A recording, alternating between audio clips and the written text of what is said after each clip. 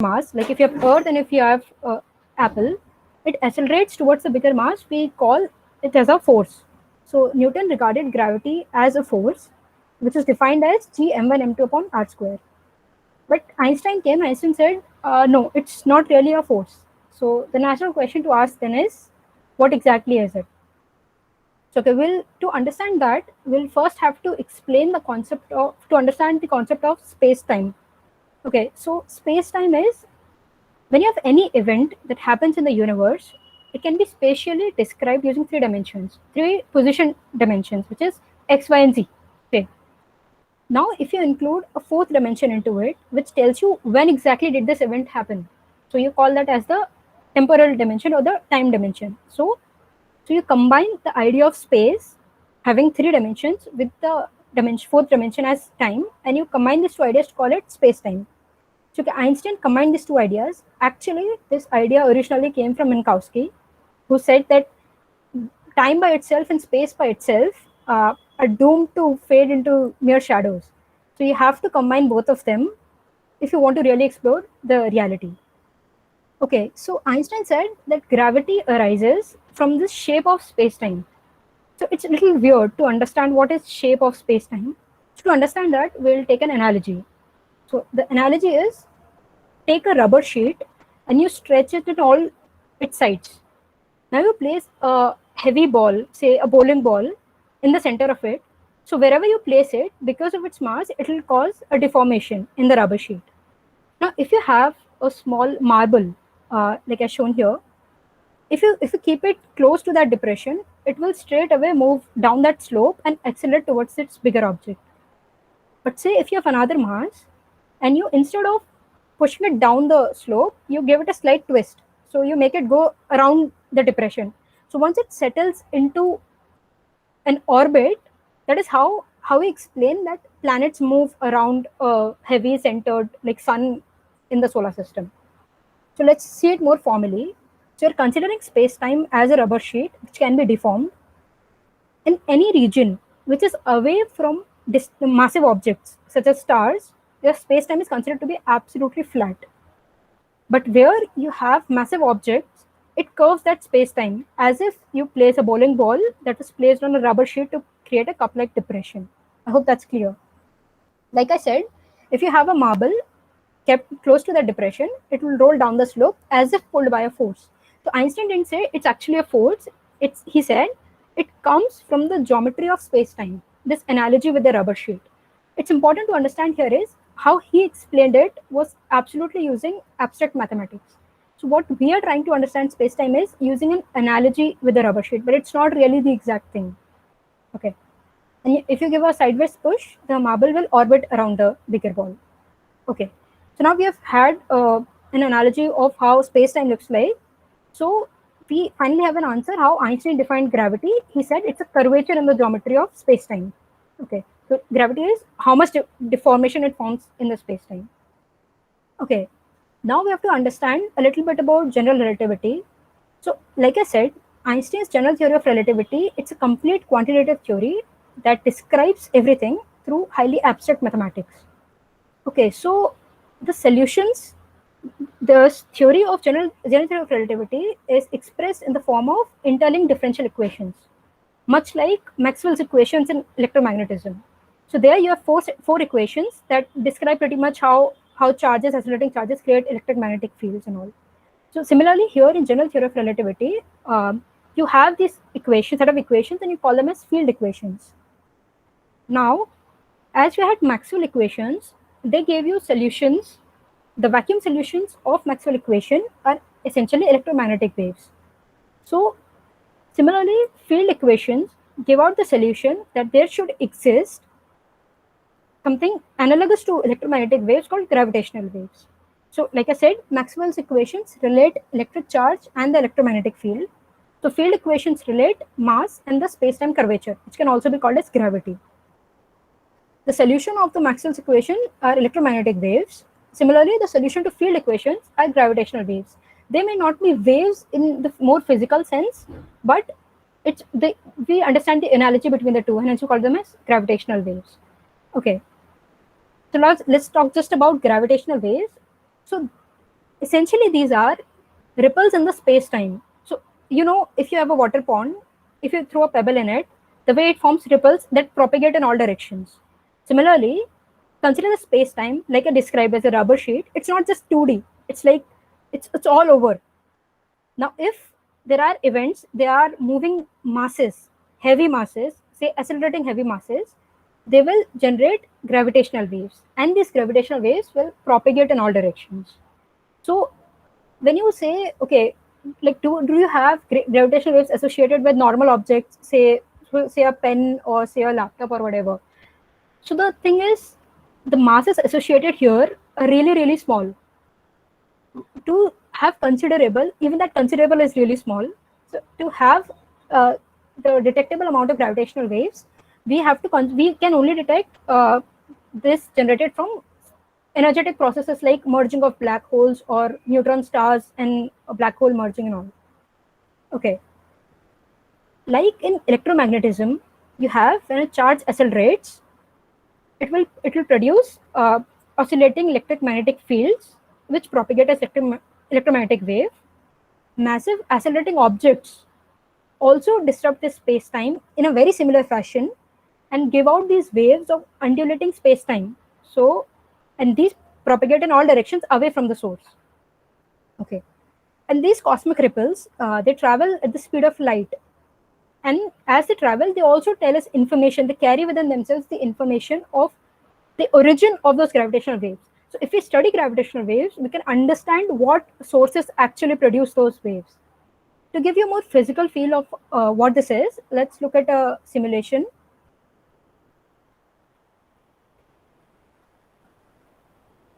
I hope you can see this. So it's a binary system. So consider two black holes or consider two neutron stars or a neutron star and a black hole. They they rotate around each other, and as they come closer, the acceleration increases. Eventually, they merge together. So as these heavy masses are accelerating, they generate these ripples in the space-time, which we call it as gravitational waves. So as we can understand how energetic and violent this process can be, and hence this gravitational wave, as it propagates through space over years, light years of distance, when it finally reaches Earth, we are finding a way to how to detect it so as to understand what happened there years ago. Okay. So to begin with, we said we'll start with gravity. We established that we have understood what space-time fabric is. We've also understood what gravitational waves are in a little bit of general theory of relativity that is of relevance to us right now. We'll come to gravitational wave detection now. First, we'll ask the question, why should you detect it? Why should you care about it? Okay, that's a valid question to ask. Okay, so historically what happened was the way we have been understanding the universe is using telescopes and detectors that essentially uh, observe through electromagnetic radiation. So you're essentially just capturing those photons that are coming to you after traveling through all of space, and then you're looking at it, you're looking at the Doppler shift, blue shifted, red shifted, and then you're trying to make conclusions about the universe. So the only way we have been trying to understand largely about the universe is through electromagnetic radiation. But the problem with electromagnetic radiation is that as it travels through space, it undergoes some alterations and distortions, because you know that electromagnetic waves as they travel, it can be absorbed or reflected or refracted or bent and can be Doppler shifted. But gravitational waves, they are completely unrelated to electromagnetic radiation. They interact very weakly with matter. So they travel through space virtually unimpeded. So you can understand how the universe was as it actually was. Okay, that is the advantage of studying gravitational waves over just electromagnetic radiation. Okay.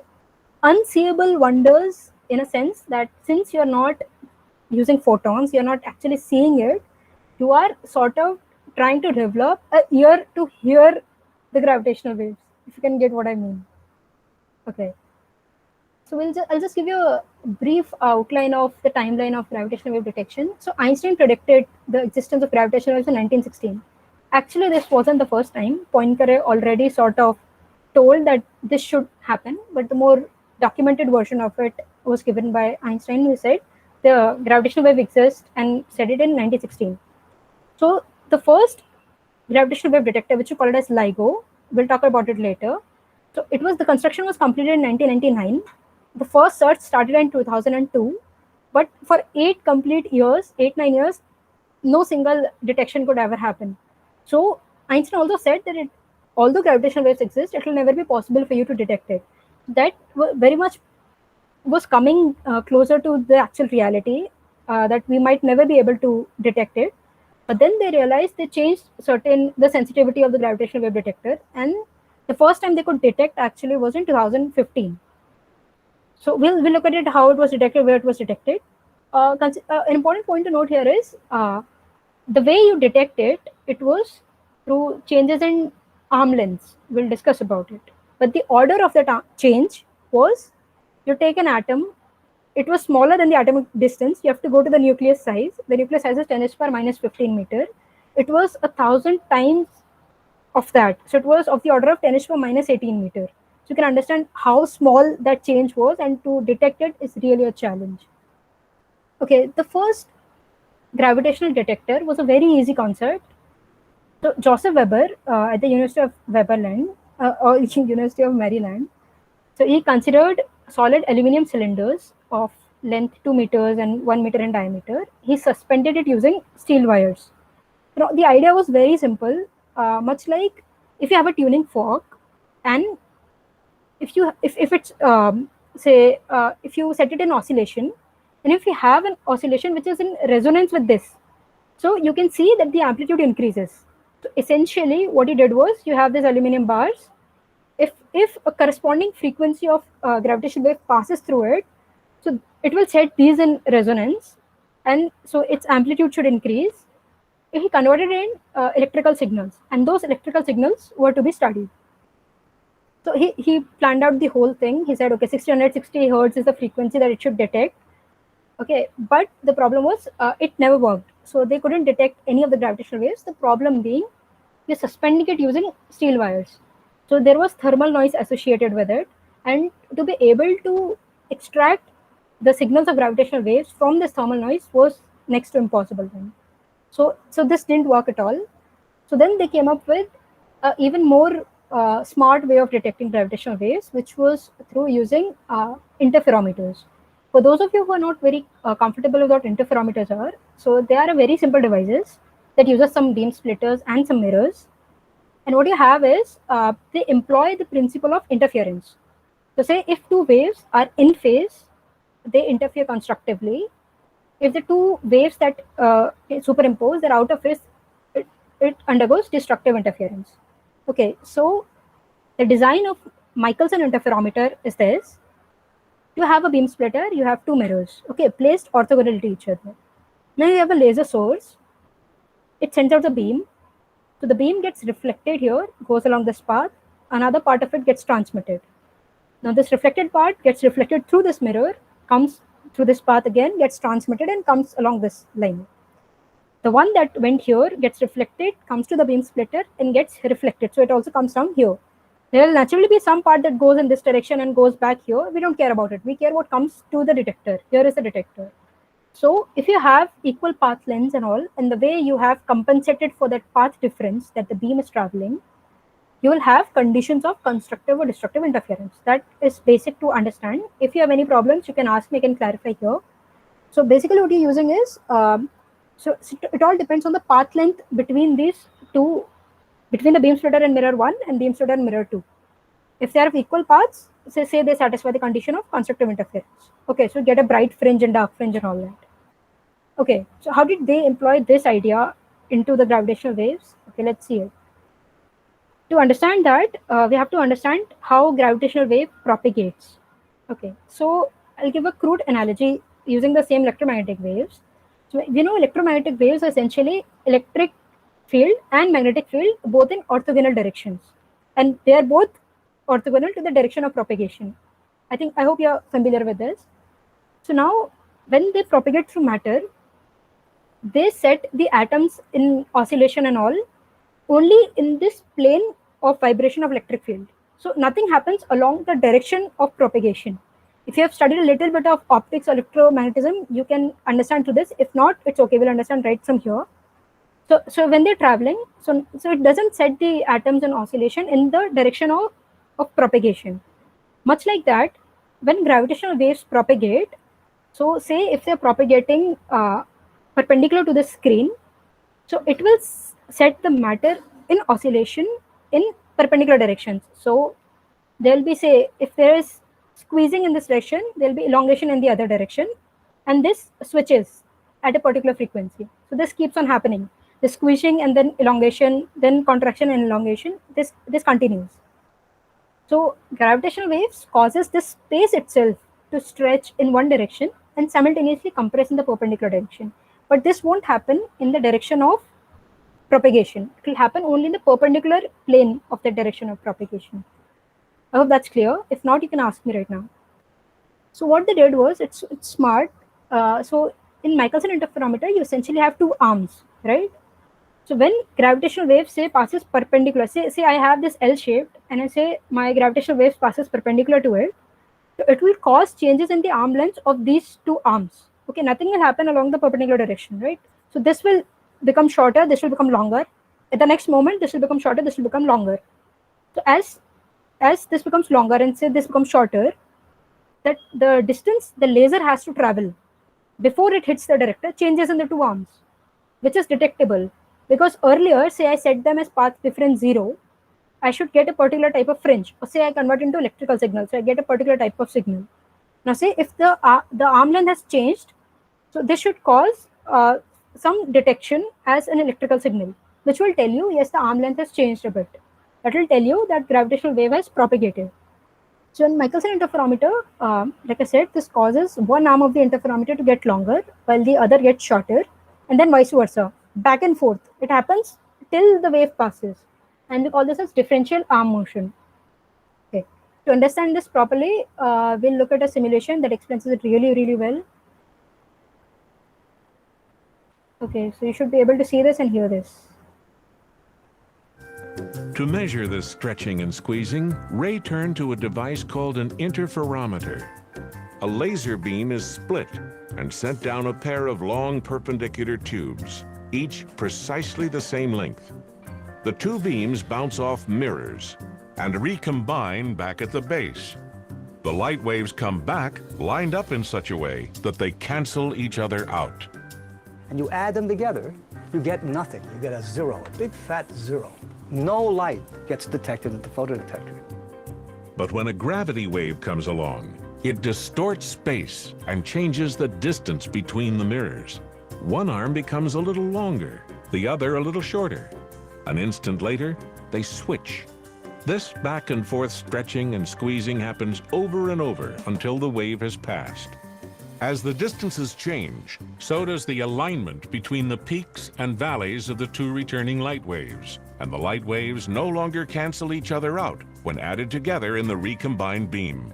Now some light does reach the detector, with an intensity that varies as the distance between the mirrors varies. Measure that intensity, and you're measuring gravity waves. The light takes longer time in here than it did in this arm. Now it takes a shorter time, and these things don't cancel so beautifully anymore. Yeah, I hope it's clear. So I'd like to ask, if it's not clear, we can discuss it right now, or we can take questions at the end, whatever you like. So if you have doubts about this, we can discuss it right now.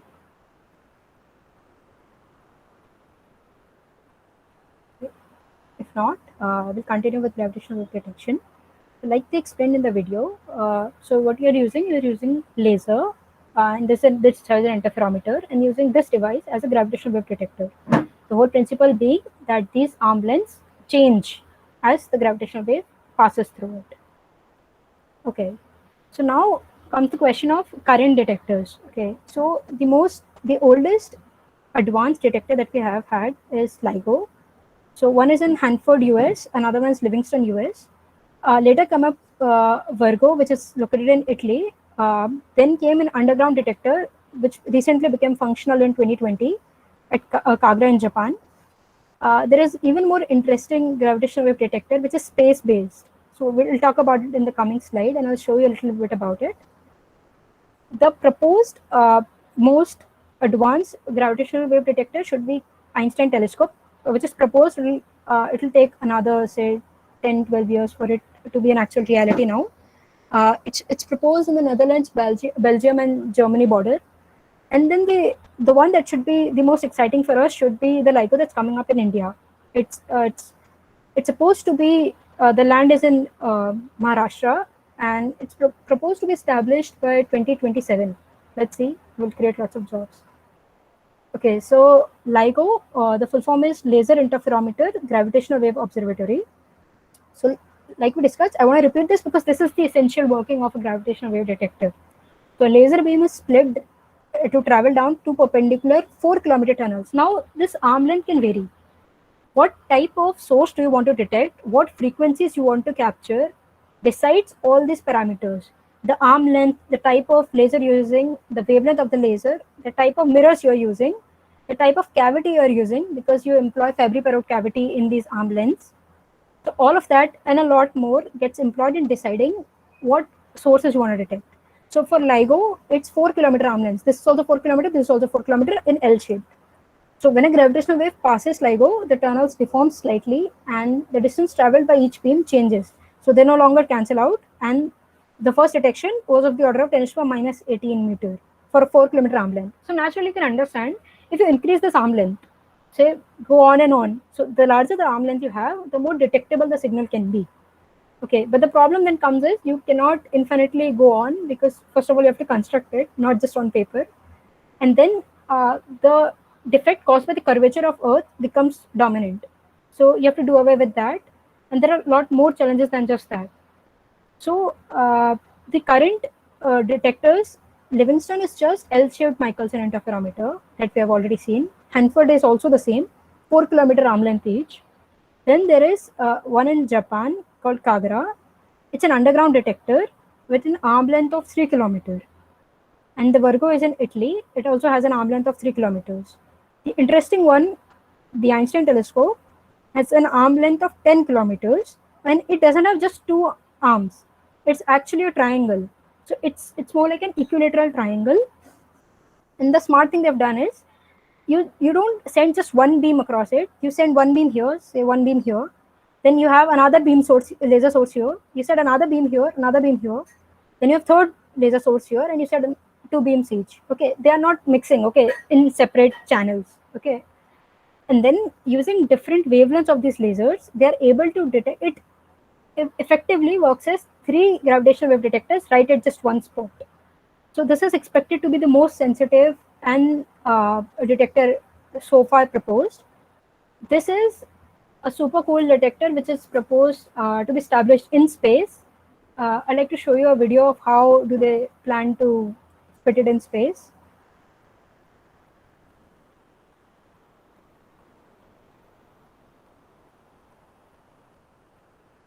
So what essentially they have is, they'll have 3 satellites that are put in orbit in such a way that these send out beams. It has to be very it has to be very precise. These have to remain fixed in orbit, and the arm length doesn't have to change with time, because if it changes with time, that is the whole argument that you're saying a gravitational wave is detected. So this can't change with time, and then this whole thing goes around. So the advantage it has is, if you have it on Earth, so the seismic noise is too much. So if there are seismic waves because of contact with Earth, so because of that, there will be noises that you will be detecting, and you might confuse it with the gravitational wave. So it becomes difficult to extract that signal from the noise. But if you have it in space, no contact with the Earth as such, obviously there are other challenges that comes in. But yeah, you're sort of getting a trade-off between one thing over the other. This is cool. Let's see how far they can go. Okay. Okay. So the current positions of all these detectors, so 2 are in US, the oldest ones. Here is Virgo. There's another Geo 600.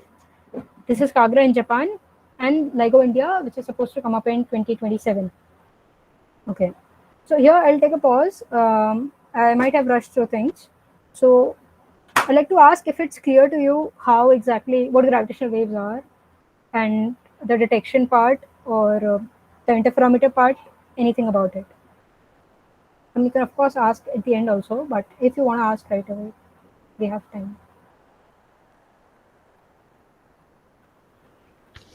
Ma'am, hello? Yeah. Hello, Pratna. Uh, Can you hear me? Yeah, so you mentioned about Einstein telescope effectively acting as three observatories at once. Yeah. So, like, what purpose would it serve? Like, if you want to just increase, like, the accuracy with which you measure, you just, I don't get why having three parallel detectors would somehow make it get better information, right? About. Yeah. So I if don't you're having three understand that. detectors, it's not increasing the accuracy because if you're using a different configuration of the laser wavelength and etc. So you're essentially targeting a different source out there in space. So say you have all sort of waves that are coming towards Earth, but you're able to detect only in a very very narrow range of frequencies. So if you're using different set of lasers, you are trying to capture different sources. So eventually, using at the same spot, you're trying to cover a broader range of gravitational waves, and not just that one. Because if you have different lasers, it will not improve the frequency, but it will definitely increase the coverage of the space. Ma'am, but for interference to occur, the laser should be same, right? I mean, we can't use two different lasers to have interference like that. The interference that's happening is just using that particular laser. Let me show you. Let me see if I have that diagram with me. It'll make things more clearer.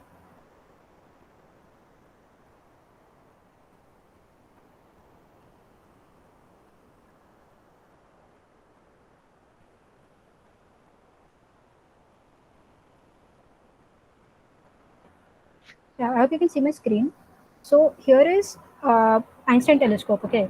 So what you're doing is, so if essentially there's not three, there's six. But okay, forget about it. Let's just talk about three. What they did was, so consider you have a laser source here. You send out this particular laser wavelength in both directions. Okay. So they're interfering right here at the detector itself. So two different wavelengths are not interfering. The one that goes out through here gets detected here. Okay. The two uh, then same for here. If the laser goes through this, goes here and then is detected back here, similarly for this. Okay, so you're essentially using this tunnel of 10 kilometers to serve different purposes. So you've chosen the land. Now you just send different tunnels of lasers. They are not interfering. Like blue and red will not interfere. Red will interfere with red right at the detector. I hope that makes it clear. Oh, okay. Then space telescope should have highest sensitivity, right? Space based. That's not so easy to say. Okay, yes, definitely. If you consider the, am I presenting? Yeah, you can see. If I consider just the distance between the beam splitter and the mirror, so all these have like 3 kilometer, 4 kilometer, 10 kilometer. The proposed distance LISA will have between the satellites, it's 2.5 million kilometer. So definitely on that front, nothing can beat it. It'll be very sensitive. But the problem is, if you go out in space, there are noises like say, if you have solar wind, every tiny particle that hits the thing will be registered as a noise. So when even on ground, when you send out this laser beam, when laser hits it, there is something called as quantum noise associated with this, something called as short noise associated with it, thermal noise associated with it. But in space, all this will be reduced because you'll have low temperature, so thermal noise should be reduced. But because of this motion and the configuration of satellites, this can cause trouble. So you'll be cutting down on these particular noises that are on the ground, but there'll be other noises that will come up. Oh, okay. Hey, Any Pratna, other questions? just to like follow up on the three different bandwidths question. So effectively, they'd still have the same minimum bandwidth, right? The low frequency will still be the same for all, let's say three or even six of them. Do you have some sort of like number for what the high, the upper end of each of these frequency bandwidths would be? Do you Okay, have like numbers? let me see. I think I have it. I just have to find if I can find it right now. Give me a second. I can sure tell So you. no problem. I mean, yeah. Yeah, okay. I can tell you. Okay, I'll give you the exact numbers maybe by the end of the talk. I just have to look it up. Yeah, sure. The thing is, Yeah, no when problem. you have a set of, so say you have one particular interferometer, L-shaped itself. Don't consider all three. Okay, you're just one at one particular vertex. So the thing is, with you plot something called as a noise plot. I can show you how that looks like. Using that noise plot, you find what is the effective range of frequencies within which it will work. It's not like the lowest is fixed and then all you are going for is the highest. No, it's like a fixed No. I range. mean, no. I mean, like at what is the upper end at which it, it kind of, you can't consider it as, you can't take it as signal, like gravitational wave signal for sure anymore. It varies for different detectors. So I'll I have mean, there to. has to be a cutoff, right? Yeah, Because definitely a cutoff. I mean, in a sense that. Yeah, I get your question. I think at the end of the talk, I can look it up and I'll tell you about what is the upper cutoff for Einstein telescope. That's the highest that's proposed till now. So beyond that, you can't detect. Even if there are gravitational waves having frequency above that, you'll not be able to detect it. Yeah. Thank you. Yeah. Any other question? Am I audible? Yes. I have a question. You said the interferometer it has two arms, and the change in the laser beam's path length will cause constructive interference, which will be detected by a photodetector. And how exactly do we synthesize the gravitational wave equation or waveform and get its frequency from this constructive interference?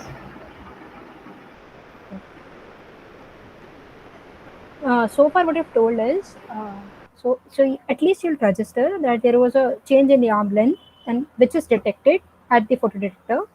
You're trying to convert it into an electrical signal. Okay. So now I can show you how gravitational waves should sound like. Okay. So normally you'll have a particular, you can convert it into sound signals, right? So How do we calculate the gravitational wave equation or frequency waveform using this signals? That's what I'm asking. that will be a little more involved for me to answer this point, because I don't know the exact mechanism of how you can extract the frequency out of it. Because first you have to get rid of all the potential noise sources. So it's not a one-step process for sure. So you have to get rid of all 7-8 type of noises. I can show you at the end what those are, and then you have to do something which I am not comfortable telling right this point, because I don't know what exactly do you do to figure out the frequency. But sure, after eliminating the noise sources by further analysis and numerical simulation and other stuff, you can get to understand what frequency it was. Okay. Is there a wave equation for gravitational waves? Yes, it all comes from field equations actually. It's the wave equation as you know it, like differential of x with t, second derivatives, I think must be in the terms of how Einstein described it in general theory of relativity, which I don't think it's the scope of this present time. Okay. Thank you. Yeah, just one question here. So Yes. the one where we had three arms for detection. So more than the sensitivity that has to be questioned, wouldn't it just be that you're detecting the gravitational waves using multiple sets of laser beams? So you're not actually taking something as noise, or You're I not taking mean, it's something it's as kind noise. of confirming the same detection with multiple sets of laser beams. No, not really. No. Because to detect a particular frequency, you have to decide the parameters of the detector. Once you've set the parameters, there's a very finite range of frequencies you can detect. Okay, so suppose vague, okay, arbitrary. Say 20 units is the value that the first arm can detect. Say 50 units is the 50 units plus minus 10 is the range the second arm can detect. Similarly, say 90 units plus minus some range is what this can detect. So eventually you are detecting different sources. Using different parameters, you cannot target a very just one source unless that source lies in this overlapping range. So say if this has the range 10 to 30 and this has the range 20 to 40. So eventually 20 to 30 is overlapping between the two. So if the signal falls in this category, you might be able to detect in both the arms. But it's, I think Einstein telescope is designed for different to detect different frequencies.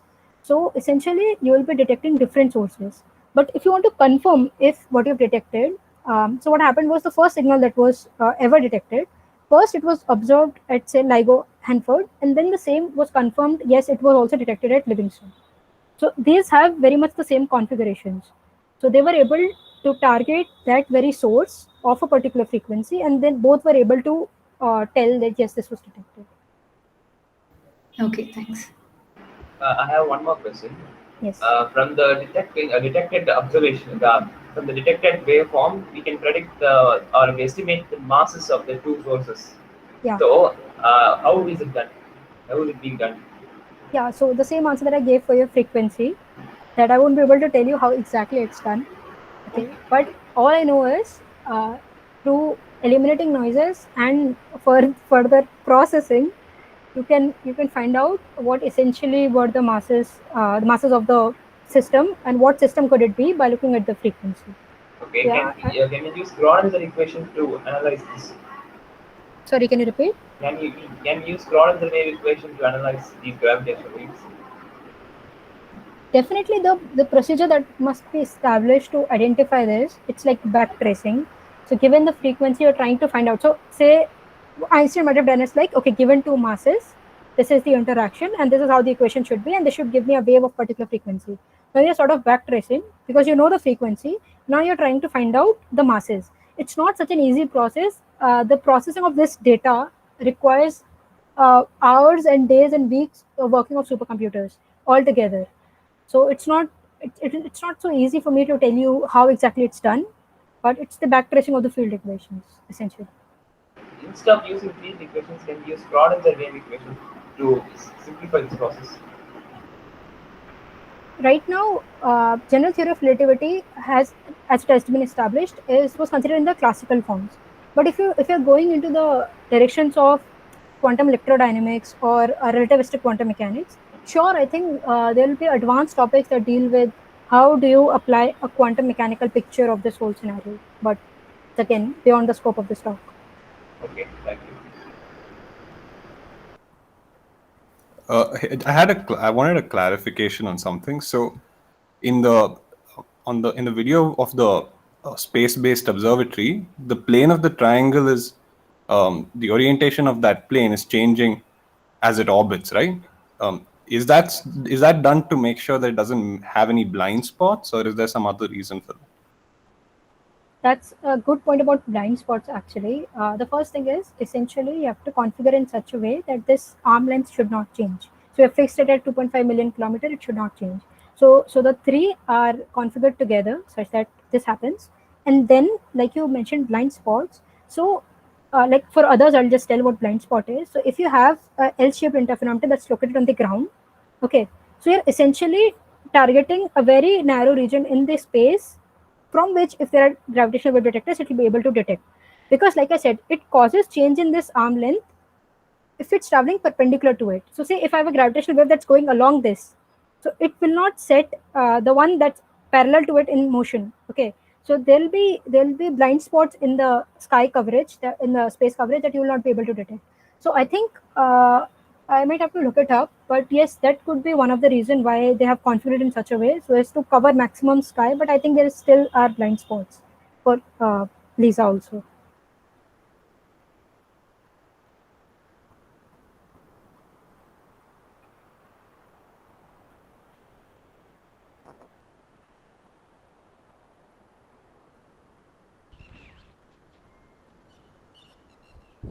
Okay, so we'll just quickly finish a few things, then we can take up some extra things that I'll just show the noise plots and source plots in the end. So, okay, so till now we have covered everything about detection and have told about major type of detectors. So the most interesting one for us could be LIGO India, supposed to be situated at a suburban area in Maharashtra. So this is the drawing of the proposed LIGO India observatory. It is also L-shaped with greater arm length. Yeah, I'll just conclude by talking about gravitational wave astronomy. So this is essentially the branch of observational astronomy that uses these gravitational waves to collect the observational data about neutron stars and black holes, what type are merging and all that.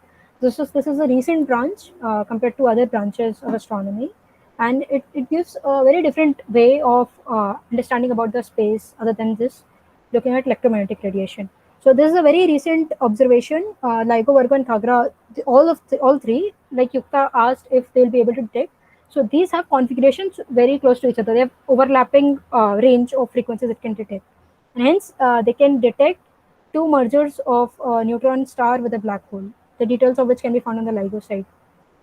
Okay, so I'll just quickly tell you these were the references I've used, and so okay, one thing is it's in fact very difficult to detect gravitational waves because of the order of magnitude being 10 to the minus 18 meter, like we discussed for the first detection. It can even be smaller for other frequencies and other sort of detections. So, and it employs large infrastructure because you have to take kilometers of arm length, which are very difficult to construct and to maintain, reduce the noises. You have to use cryogenic agents to cool down various type of noises. So after all that, I'll just end it with Star Wars reference that says, okay, despite all this, never tell me the odds. So yeah, I'll stop the presentation here. You can continue asking the questions and I'll show you the noise plots and the source plots.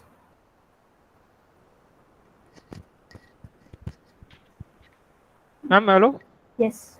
Now, what about gamma telescopes? It also is very powerful, right? It can detect many things. Yeah, it can detect many things. We have to find out what exactly the specifications are. Okay, I'm not sure if they're exactly talking about gravitational waves there. But for detecting black hole, scientists have used X-ray telescopes like that. So there are different ways of how you can detect the same thing. So one way can be you're trying to look at how you're capturing the light essentially, or different ways of looking at it. One way can be you're looking at this undulations of space-time. Okay, so you design a totally different detector for it. X-ray detection is essentially electromagnetic radiation, right? So I said there's an alternative to understanding space other than electromagnetic radiations, which are gravitational waves, and that is what is employed in Einstein telescope versus Gamma telescope. Oh. I have a doubt. Yes. Can you suggest some books for further studies in this field, gravitational astronomy? So first of all, you'll have to understand fair amount of general theory of relativity to understand field equations and how this has come about. Then for starters, I can tell you, LIGO has LIGO official site. LIGO Caltech has a very uh, elementary and very beautiful descriptions of everything that you need to know. What are starting from what is a gravitational wave to everything that you need to know.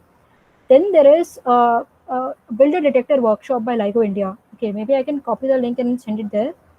Here, it was a workshop recently conducted at the end of May, and they discussed about all sort of technicalities of what you need to understand, not just about gravitational waves, about the noises particularly. To understand all the noises, how do you derive it, how do you minimize it, how do you plot it, and also how do you eliminate it while understanding the sources. I think you can look at it. They have lectures right there, so you can access them, or you can access the LIGO official site for now. Otherwise, it's the standard books on general theory of relativity. And there is one more paper that you can refer. This talks about again the technicalities of all the optical instruments that you're employing. So essentially, interferometer, like I explained, it's just beam splitters and mirrors. That's not how you build a detector. Actually, that has to be this sensitive. So there have to be very wise choices of mirror coatings and mirrors, the suspensions. You have to have a seismic isolator that prevents it from these noises, seismic noises, and a lot more things than that. And there is something called a squeezed light, which is basically employs quantum optics. And so you're trying to reduce quantum noise and short noise there, which is some cool terms I'll throw there. If you're interested, you can look it up.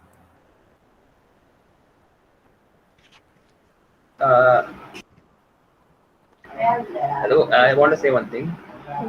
Doesn't C3PO say the chance of navigating through the asteroid field is approximately 3,720 to 1. It's actually, he would say 37,000 something, not 3,000. Yes, you can definitely reach out to this guy there. It was the only decent reference I could find. I didn't have the time to watch the movie again and find this particular scene. So I hope you can bear with me for this particular thing. Ma'am, hello. Yes. Ma'am, is there any internships offering related to this? You can definitely reach out to faculties at IUCA. There are active research going on gravitational wave astronomy. You can also do access this LIGO India University of Glasgow website. They have the talks from eminent scientists in gravitational wave astronomy.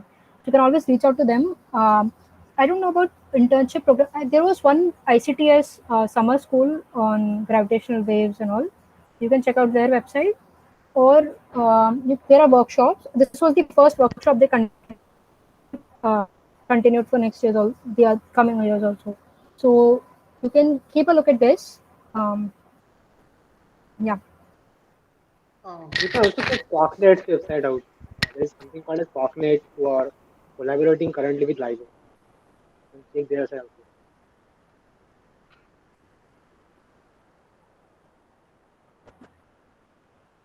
Yeah, since we're done with this, you can keep the questions coming. I'll just show you something.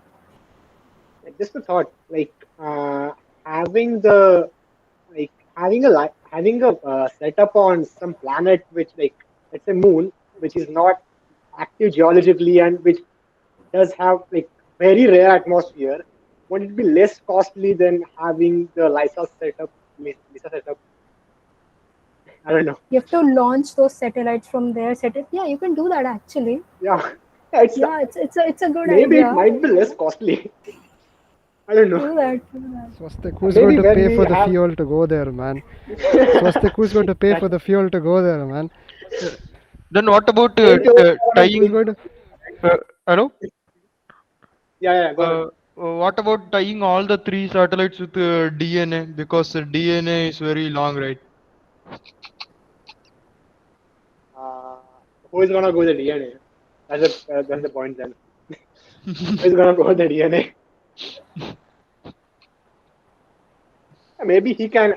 Yeah, maybe we can have a setup when we have the what moon colonies. I don't know. Yes. Okay, sorry to interrupt for a sec. For the people who are interested in knowing a little bit about noise sources, so this is how a noise plot looks like. So strain, it's a little involved thing. You can sort of ignore it for now. So what you're essentially looking at is for a particular range of frequencies, what is the type of the noise that's dominating? So say you have quantum vacuum noise. Okay, so the laser beam you're using also affects the measurement that you're doing. So you have to use a particular kind of laser which is more squeezed and advanced type. The seismic noise, which is more so in this range of frequency from 0 to 10, this particular noise dominates.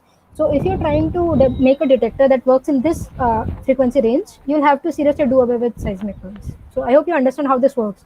So say if you have coating Brownian noise, so coating Brownian noise is essentially the suspension fibers that you're using.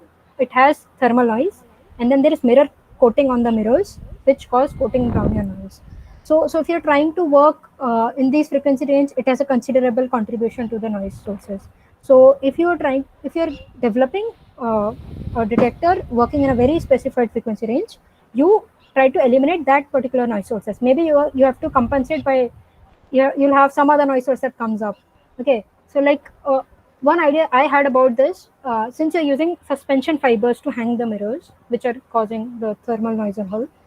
So there's the idea of having magnetic levitation to keep the mirror in place without actually touching anything, so, which is a cool idea. But the problem is you'll have magnetic noise then, and it's very difficult to produce strong enough electromagnetic field which is stable, keeps it in position, not at all shaking.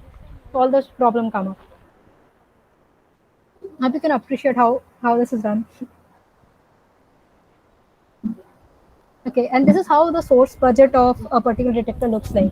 So you have a frequency range, and then you tell, okay, the detector that you have developed, what frequency range will it effectively work in? So LIGO and advanced LIGO essentially work in this frequency range of this 1 to 10 to the power 4 hertz. Okay, so now, but if you want to detect massive binaries or galactic binaries, they essentially emit out in this frequency range. This is the stochastic background which is emitted in this range, which are not detecting at all. So majorly the type of detectors we have is here. So we are detecting compact binary inspirals and supernova and etc. Do you have any plots where the Einstein telescope is included there? The plot, let me see.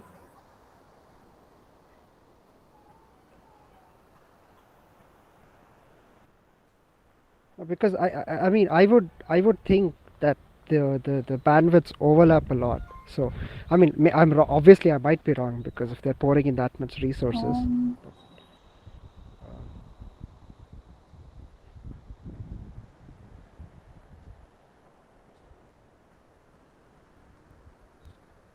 So here are all the parameters as far as I can recall. Yeah, this paper deals with all parameters. Let me see if I can explore.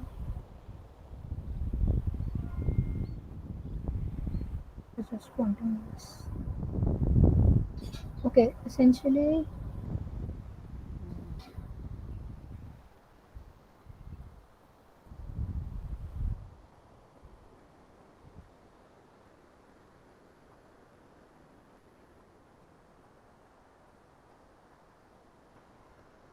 yeah, so it's using three different interferometers, right? So Yeah. ET, B, C, and D, these refer to all those three. And this is supposed to be the noise plot for Einstein telescope. I mean there's a lot of overlap, so I don't. Yeah, there is an overlap, but the idea was that they will change the parameters such that they're able to cover more different frequencies of gravitational waves. There's an overlap, but I think the way it is designed, it won't be exact. It's not meant to detect the same thing in three different detectors, as far as I know. Okay. Okay. Yeah. Thanks. Can you explain about the polarization of gravitational waves? Sorry, I couldn't hear you. Can you explain about the polarization of gravitational waves? No, definitely not. I can explain about polarization of electromagnetic waves, but not gravitational waves, because again, the most of the questions that you're interested in have to deal with general theory of relativity. For that, you have to understand what is gravitational wave, not just mathematically, but how do you give it a more physical picture, and then to understand polarization of what. Okay, I can tell you briefly about, there are two types of polarizations. Okay, let me show you the two. I think I have it. Just a second.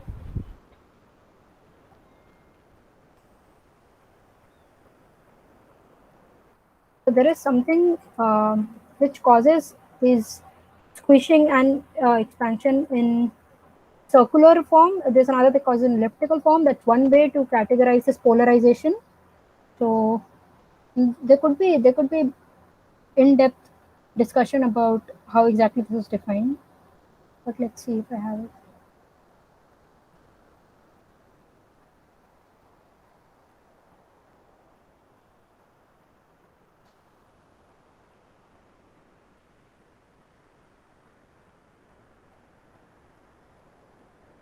Okay, I have just.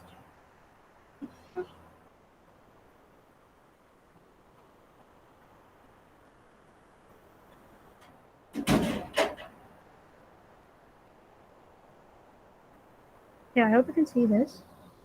So here essentially, so these two actually refer to two different type of polarization of gravitational waves. So it will be difficult for me to explain you how exactly this works, but the way it squishes and changes the dimension of the matter sort of decides the polarization of the gravitational wave. It's not very easy to say, much like in electromagnetic waves, you have, okay, what is the rotation of electric field vector? So you can have some analogous vectors that you can define here, which have to heavily do with general theory of relativity. You'll have to dig deep into it to understand this. Okay. It has a non-Euclidean plane of geometry. Yes, it has. So. Oh. Okay. If you can see and appreciate, LIGO is essentially a Michelson interferometer, but what they have is they send it through, it goes again, there's a reflection, then there's compensation, then there's multiple reflections before it even reaches the beam splitter. After the beam splitter, there's something called as Fabry-Perot cavity. Those of you who have taken the optics course will know what Fabry-Perot cavity is. So it essentially increases the arm length more than, like, we have just 4 kilometers, but it undergoes multiple oscillation in that 4 kilometers. So that essential distance traveling is increased and the intensity that you'll be able to detect is also increased. Okay, just if you're interested. So as part of the workshop that I mentioned, we were supposed to submit our own idea of the detector. So like I told you about Einstein telescope, this was like a planar thing situated on a plane. But what about gravitational waves which are traveling perpendicular to it? Okay, it doesn't cause, perpendicular to it is detected. If it's traveling in the plane of it, you'll not be able to detect it, for which it's parallel. Okay, so it reduces the space coverage. So what you do is you instead take 3-arm detector, very much like Einstein, but it has to be all orthogonal to each other. Okay, so here is your main system. You send out beams here. Okay, one channel separately, beams here, not interfering the first one, and then third one in these two. So it was supposed to be placed underground, which gives certain advantages over on the ground. The details of which is, I don't know, not really relevant right now. But if you're interested, I can discuss this too. Yeah, so this is how you generate a noise plot. There is actually a package called PikeWink, through which even if you design a gravitational detector, you'll be able to come up with, you set the parameters there, and it sort of gives you how the noises will be. You can keep shooting the questions. Hello? Yes. How ma'am they are designing with a perfect accurately long equal length of pipes? I mean, even as a change as small as 1 centimeter can deviate, right? Yeah, these are technical challenges which, as theoreticians, we don't care about. It's a challenge that comes when you're actually constructing it. There are ways to do away with it. Like, the laser itself is telling you if there is a distance, it will not interfere destructively, right? So if you have set up the whole thing, you turn on your laser and you see, okay, no, it's not it is not destructive interference. You can tell, okay, there is a difference already, even without detecting the gravitational waves. There are even more advanced engineering tools that can help us in taking care of the curvature and the distance, I think. Oh, okay. Can tell me again the Python package, the name of the Python package? Sure, I can type it out here.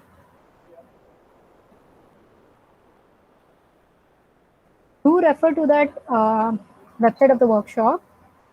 It also has an entire lecture on how do you get started with PikeWink, and there's if I can find it, let me tell you the name of the speaker. It also gives you a sample Jupyter notebook wherein they have done it for some values of LIGO parameters. So if you go to that website,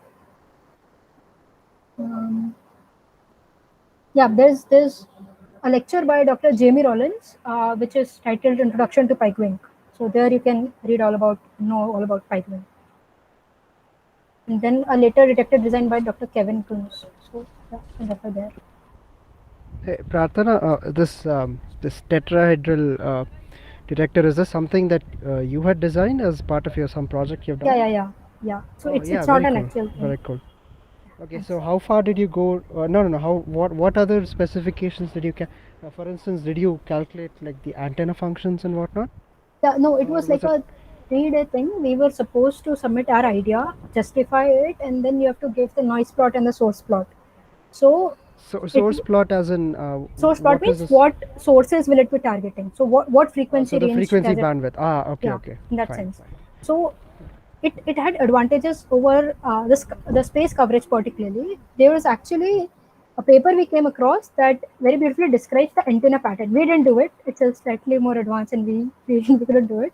So this paper clearly told us what were the advantages of a 3D detector over a 2D detector. And it covers larger portion of the space and there are lesser blind spots in this. You can understand it, right? Like if you have a planar thing, you are not at all detecting anything that's coming along the plane, essentially. You're detecting everything that's perpendicular, right? So if you have it in all orthogonal directions, you'll be able to detect it from different directions, essentially. Yeah, this sounded garbage when we proposed it, but as it turned out to be really good. Let's see if we get a detector like this.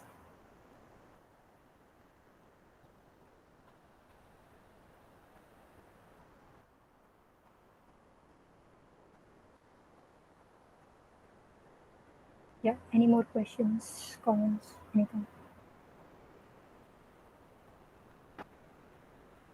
Is it possible to do PhD in two different fields at the same time? Like, is it possible to do PhD in two different fields at the same time? Like one in gravitational wave astronomy, while other in quantum cosmology, something like that. I'll have to really know about what you are referring to when you say. No, I'm asking, can we do a PhD at the same time? Like one in gravitational wave astronomy and other in quantum cosmology. I'll have to really understand. That's what I said. I'll have to understand what you mean by quantum cosmology because your question requires addressal of a topic which is much more advanced. I can only tell you about gravitational wave astronomy at this point. Given only to address one particular frequency range, it is a whole weird set of parameters. I don't think it's very convenient or very easy to put in two different technologies together right in just one apparatus if you're referring to. No. I'm asking, can we do PhD at the same two different? Can we write PhDs in two different fields at the same time? Sorry, I can't answer that question. I'm not aware of what you're referring to as PhD. Pike Wink. It's actually PhD degree. Philosophy of doctor, that PhD after master's. Okay, PhD you're saying. Okay, I'm really sorry about that. I don't know, you have to check the program through. No, that one I'm asking is, can we do a PhD in two different fields? Like gave two examples, gravitational wave astronomy and quantum cosmology at the same time. Yeah, I think I have seniors here who can answer it. I really don't know about PhD and stuff.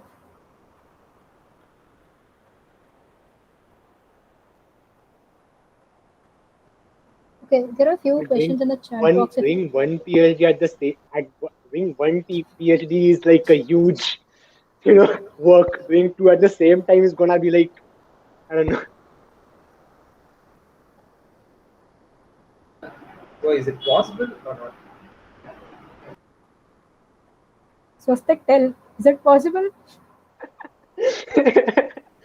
I don't know. Fair assumption of capabilities if it's possible. Yeah, if you can work that much, 24, you'll have to work more than. Can you do simultaneously? I don't know. Possible, you can do. I don't know how probable it will be. You can do it, but the nearest I could think is something like dual degree, like that will be there maybe. So Celestic is going to organize a special session for what all combination of PhDs you can do together. Yeah. We'll find speakers. Okay. I'll just address a few questions in the chat box. What is the mass scale that doesn't affect the gravitational wave propagation? Essentially, all through the planetary systems and the star systems, even if they're propagating, it causes length change of 10 to the power minus 18 meter. So you can say even if you consider Earth, this isn't causing much problem for the gravitational wave. We are just finding a way to detect it. But you can consider the mass scale of even planets. That is the essential advantage and in a way disadvantage of detecting gravitational waves, that they are unimpeded. So they won't have had changes to the wave itself, to its intensity or whatever form. Okay, so planetary system don't cause much change to gravitational wave propagation.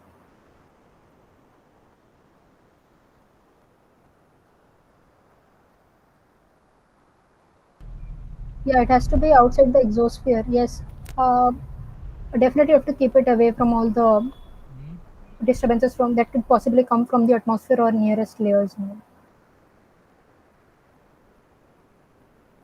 Does the path difference differ between lasers we use? If you are still around, could you please explain me that question?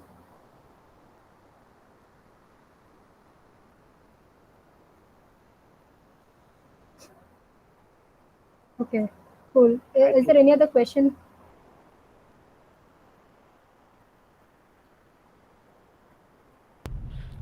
Just to add to that, amount of mass that can actually affect gravitational waves, gravitational lensing of gravitational waves is something that has been observed. So definitely you can have masses the size of galaxies and whatnot which can lens gravitational waves. So it appears as two sources or three sources depending upon its orientation. That's the only like kind of issue that like an optical something like scattering for optics. This is like the only analogy that I can give for gravitational waves is that you can get lensed. It can get lensed. Oh wow! I thought gravitational lensing mostly referred to this bending of light across massive gravitational objects. No, but no, no, no. I'm not. Yeah, definitely. I mean, that's another thing where electromagnetic fields and gravitational fields, you can't draw analogies anymore. Which is that electric fields do not affect other electric fields, whereas gravitational waves affect gravitational fields affect gravitational fields. So for electric fields, it's only the sources that affect what the field strength is, whereas that's why gravity is a very nonlinear theory and very difficult to solve the equations because fields produce more fields effectively. So fields can lens other fields. This is super interesting. Yeah, my knowledge in the field, I'll be very honest, is very new in the sense that I came across this like a couple of months ago. So it's really interesting to know there are super cool concepts. Yeah, I can't wait to read GTR for that matter. Yeah, you will be able to read it, but you won't be able to solve it. We'll change the field. Yeah. Where we came from electric field to this, just electric field we chose to know the force and we end up here. Just a continuation to Vikasa's question, like, is it possible to detect gravitational waves on like galaxy scales? Like having the effect of the gravitational waves on galactic scales? Oh, definitely. So wait. What? This was a question for Prarthana. Sorry. No. You are answering it better. Trust me. Yeah. I'm saying you're answering it better. Please go on. Oh, okay, sorry. What was the? I mean, you said something like galactic scale, right? Yeah, like, is it possible to have an effect of the gravitational wave on galactic scales? Gravitational waves on galactic scales are not really.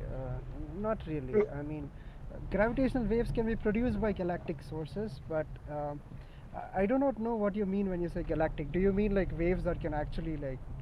I don't know. What do you mean when you say galactic scale? Like when we discussed about the lens thing, I'm asking if it can affect like let's say a galaxy, maybe like I don't know, like something that huge, object that huge. No. Usually, so what I'm trying to sense here is that you're trying to ask me if the position of a galaxy gets lensed because of gravitational waves passing through it. Is that what you mean? Kinda, yes. No, not really. Gravitational waves are very, as you said, even only near the sources they become extremely strong. But when you're actually observing it, at least we have not observed anything that we are not like basically we are not nearby any of the sources to observe fields as strong as what you're mentioning. We have, I mean, thankfully, we're not near any supermassive black holes. Yeah, we'd be dead. Yeah. If that happens. But theoretically, yes, if you have a source very close to a galaxy such that the fields are still strong enough for perturbations of, I mean, affecting the scale at which you talk about, sure. But we haven't observed anything.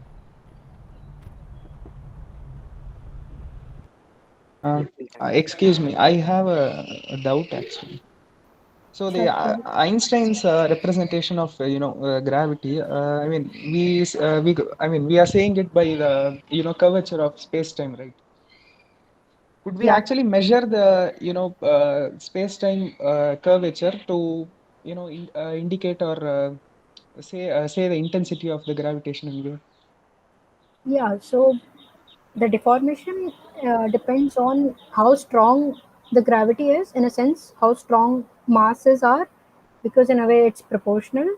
So, um, so if you have a black hole versus if you have just a planet versus a sun, say a star, so the deformation that it can produce in the space-time curvature will be totally different. So for a planet like ours, it will be really less compared to sun. For a black hole, the image that they show is actually a tunnel that just goes on.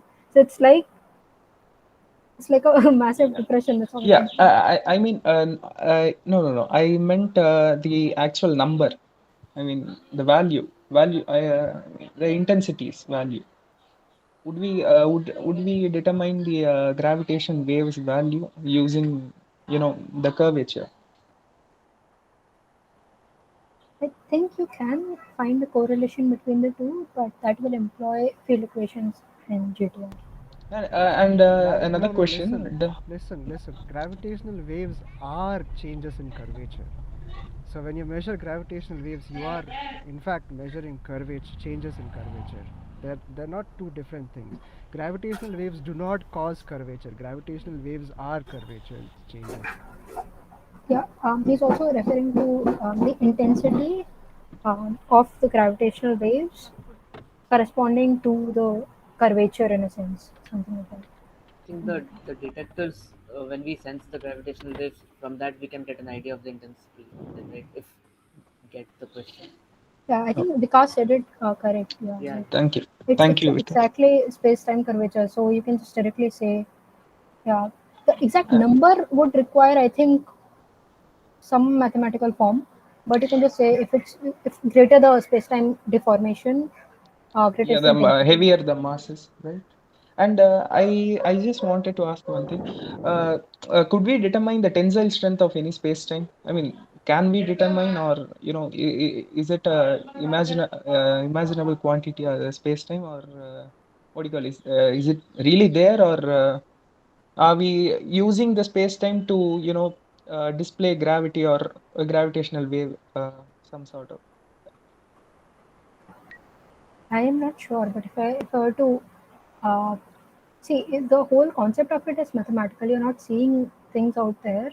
In the mathematical framework, you can talk about the tensile strength and all that you're referring to. But how exactly you do it, or is it how real, how unreal, would require me to read about it, which I'm not familiar with, so I'll not take a wild guess at it. Ma'am, hello. Yes. So gravitational wave is totally different from EM wave. We can't compare these two like waves like that. Yes. Yeah, they are different, but there is fair amount of analogy between Maxwell equations, field equations, and their solutions. So, in a way, for our understanding, we can form an analogy to give it a more physical picture because we understand electromagnetic waves really well. But the behavior of gravitational waves and electromagnetic waves are indeed very different. So the form of gravitational wave can't have like sinusoidal like that, like we used to write in EM waves form, right? Like E naught sine of kx minus omega t, like that form it will not have. It will, okay, let me show you something.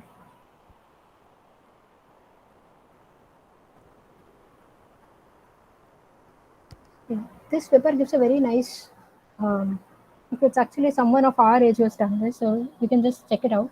What is happening is the way you're describing the gravitational wave is in terms of, say, amplitude, say h. Okay, the way it's causing the frequency at which it's causing this change in the lengths of these arms is, it's, you define this as half cycle. So essentially it is oscillatory in nature, because once it's, if this arm is expanding, the next moment it's contracting, the next moment it's expanding. So this time span gives you how this oscillation is happening. So in a way it is in fact sinusoidal. So you can use the essentially the same framework of the way you describe sinusoidal behavior of electromagnetic waves to describe gravitational waves too. Oh, okay.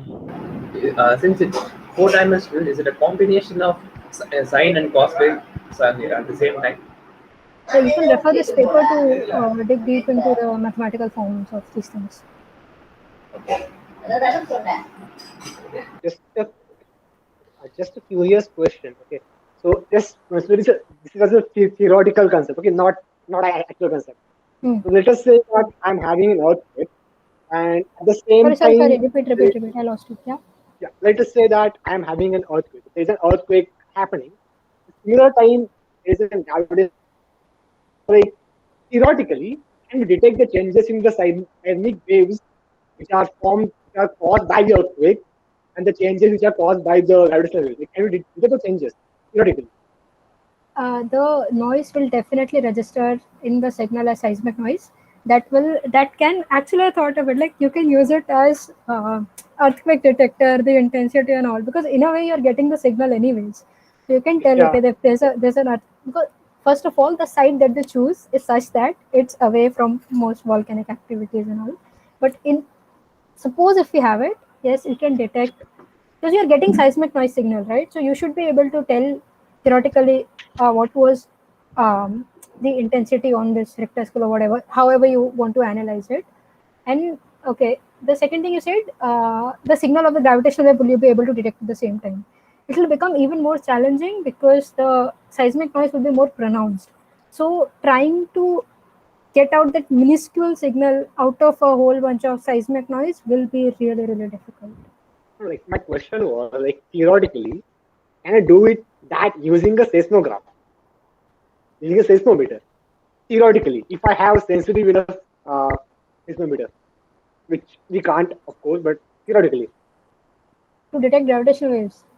yeah, The scales would be massively different, right?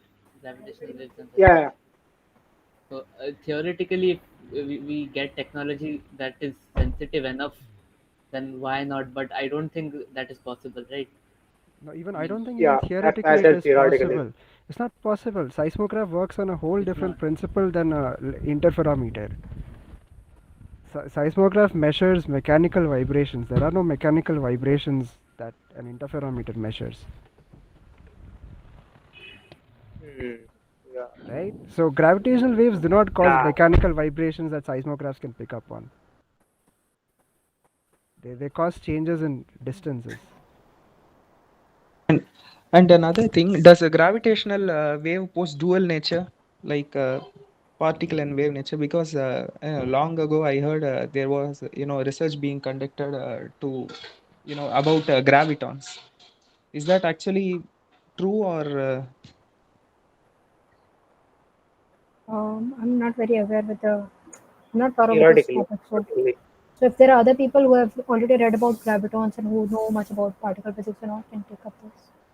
It's a I think It's hypothesis. a it's a hypothetical theory. concept. It's like a quanta of gravity, but it's Yeah, yeah. hypothetical. And that association with gravitational waves, that I think essentially that's the It's question. like they're trying to like the hypothesis. I believe is that they're trying to hypothesize a dual nature involving graviton as the quanta, but it is not proved and it's still hypothetical. So yeah. Like thank out you. of the four fundamental forces, the three are electromagnetic, weak and strong. They or three of them are connected by like quantum mechanics, like the dual nature particles. But the gravitation is still not like in that sense connected to the quantum physics.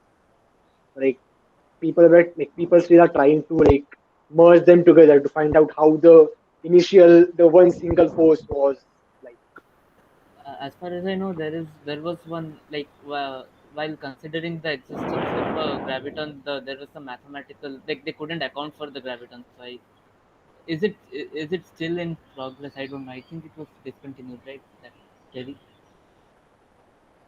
I'm not sure. I I think don't there know. was an error. No, I mean they couldn't account for it while solving the field equations. Okay, thank you. Ma'am, one doubt, ma'am. Ma'am, in polar regions, the curvature of Earth is low, right? At least comparing to that equator.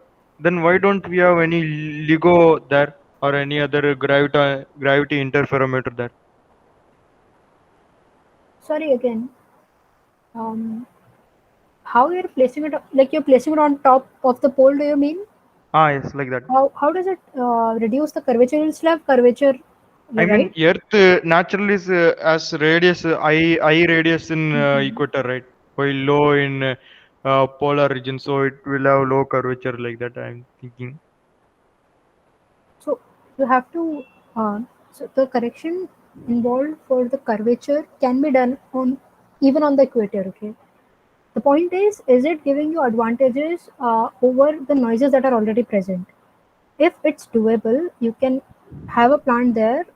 If it's first problem would be to set up a massive infrastructure out there, which can be done, but it's more challenging than doing it right here near I the think institutes and all. it's better But to have a correction of, like, if in case there is some error due to this physical location, the correction can be done easily in like more accessible place.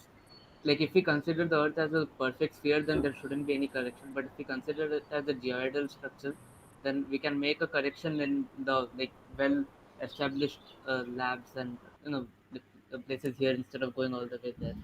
the problem boils down Even to having even infrastructure out there on the poles.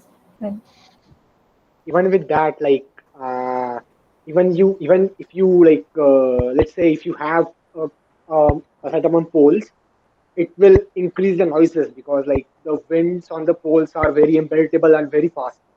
Like you might have heard about that.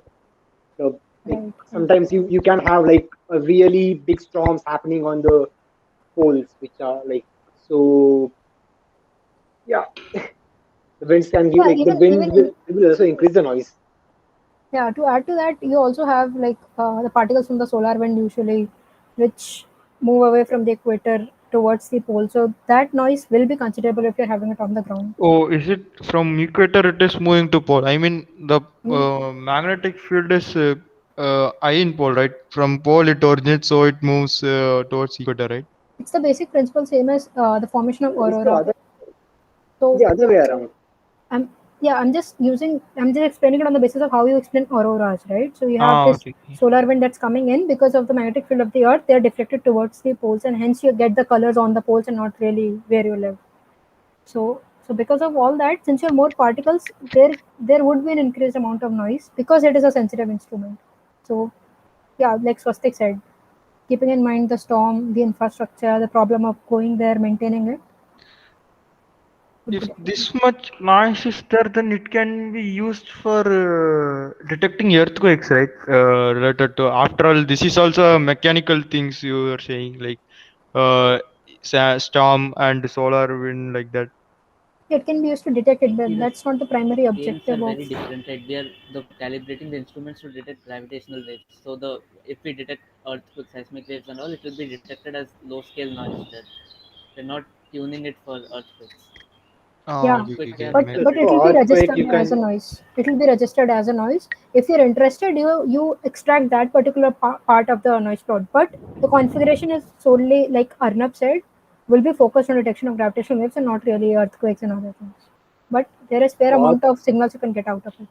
But if we try earthquake. to manipulate the size of tube, then we can use it suitably, right, for earthquake. Like, That's that's not the point of a gravitational wave detector. You get it right. I mean, you are making a far sophisticated instrument not to detect something that you can detect using a seismograph and other you things. can detect seismic waves using the seismograph that is there for that particular purpose. okay, Gravitational wave okay. detectors are for that scale. Like gravitational waves become very large scale thing compared to this. So Plus the cost. Like for earthquakes, you can just hang a pen and put a piece of paper below that. It will detect an earthquake. The gravitational waves, it's gonna cost like a huge amount of money. No one is gonna pay you like that much money just to do an earthquake. True that. Oh, strong.